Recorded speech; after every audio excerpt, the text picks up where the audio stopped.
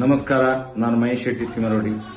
ಈ ದೇಶದ ಎಲ್ಲ ಒಂದು ಹೋರಾಟಕ್ಕೆ ಬೆಂಬಲವನ್ನು ನೀಡುತ್ತಿರುವಂತಹ ಸೌಜನ್ಯ ಪರವಾಗಿ ಹೋರಾಟ ಇರಬಹುದು. ದೇಶದ ಎಲ್ಲ ಜನರಿಗೂ ಪ್ರಥಮವಾಗಿ ವಂದಿಸುತ್ತಾ, ಇದೀಗಲೇ ಕಳೆದ 3-4 ದಿವಸದಿಂದ ಇಡೀ ರಾಜ್ಯ ದೇಶ ಇನ್ಸ್ಟಾಗ್ರಾಮ್ ಅಲ್ಲಿರಬಹುದು, ಫೇಸ್ಬುಕ್, ವಾಟ್ಸಪ್ ಎಲ್ಲದರಲ್ಲೂ ಕಾಣಿಸುವಂತದ್ದು ಒಂದೇ ಕುಮಾರಿ ಸೌಜನ್ಯ.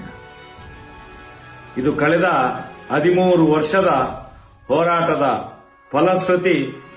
ಇವತ್ತು ಸೌಜನ್ಯಳು ಎಲ್ಲರ ಮನೆಯ ಮಾತಾಗಿ ಮಾತಾಡಲಿಕ್ಕೆ ಪ್ರಾರಂಭ ಮಾಡಿದಳಂತ ಹೇಳಿದ್ರೆ, ಇವತ್ತು ಮುಂದಿನ ದಿನಗಳಲ್ಲಿ ನ್ಯಾಯ ಬಹಳಷ್ಟು ಸನ್ನಿಹಿತವಾಗಿದೆ ಅನ್ನುವುದಕ್ಕೆ ಒಂದು ಉದಾಹರಣೆ. ಸಮೀರ್ ಅಂತ ಒಬ್ಬ ಹುಡುಗ ಒಂದು ವಿಡಿಯೋ ಮಾಡಿ ಬಿಡ್ತಾರೆ. ಅದರ ಬೆನ್ನಲ್ಲಿ ಏನಾಗಿದೆ ಅಂತ ಹೇಳಿದ್ರೆ, ಅವರಿಗೆ ಎಲ್ಲ ಈ ಅತ್ಯಾಚಾರಿಗಳ ಪರವಾಗಿ, ಈ ಕಾಮಂದರುಗಳ ಪರವಾಗಿರುವಂತ ಬೆದರಿಕೆ ಹೋಗ್ತದೆ. ಲೀಗಲ್ ಟೀಮ್ ಇಂದ ನಿನ್ಗೆ ನೋಟಿಸ್ ಬಿಡ್ತೇವೆ, ಅದು ಮಾಡ್ತೇವೆ, ಇದು ಮಾಡ್ತೇವೆ ಅಂತೇಳಿ ಇವ್ರಿಗೆ ಎಲ್ಲ ದಿಕ್ಕಿಂದ ಕಿರಿಕಿರಾಗಿ ನಿಲ್ಲಿಸ್ಬಿಟ್ಟು ಪುನಃ ಆ ಒಂದು ವಿಡಿಯೋವನ್ನು ಪ್ಲೇ ಮಾಡ್ತಾರೆ. ಈಗ ಈ ಹೊತ್ತಿಗೆ ಆಗುವಾಗ ಅದು 1 ಕೋಟಿಗಿಂತ ಮೇಲೆ ಹೋಗಿದೆ. 1 ಕೋಟಿಗಿಂತ ಮೇಲೆ ಹೋಗಿ ಆಯ್ತು.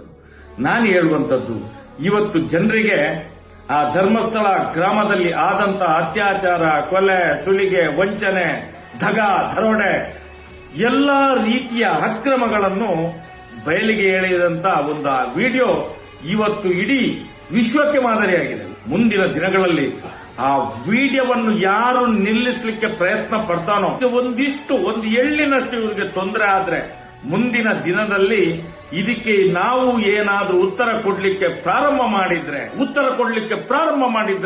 ಸೌಜನ್ಯ ಪರ ಹೋರಾಟಗಾರರು ಪ್ರಾರಂಭ ಮಾಡಿದ್ರೆ ಈ ರಾಜ್ಯದ ಸರ್ಕಾರವೇ ನೇರ ಹೊಣೆಗಾರಿಕೆ ಆಗ್ತದೆ, ಪೊಲೀಸ್ ಇಲಾಖೆ ಹೊಣೆಗಾರಿಕೆ ಆಗ್ತದೆ, ಈ ರಾಜ್ಯದ ಕಾನೂನಿನ ಸುವ್ಯವಸ್ಥೆ ಇದಕ್ಕೆ ಹೊಣೆಗಾರಿಕೆ ಆಗ್ತದೆ. ಯಾಕಂತ ಹೇಳಿದ್ರೆ 13 ವರ್ಷದಿಂದ ಮಾಡಿದಂತಹ ಹೋರಾಟಕ್ಕೆ ಒಂದು ಸತ್ಯದ ವಿಷಯವನ್ನು ಜನಗಳಿಗೆ ಮುಟ್ಟಿಸುವಂತ ಕೆಲಸ ಮಾಡಿದ್ರೆ ನಿಮ್ಗೆ ನೋವಾಗ್ತದೆ.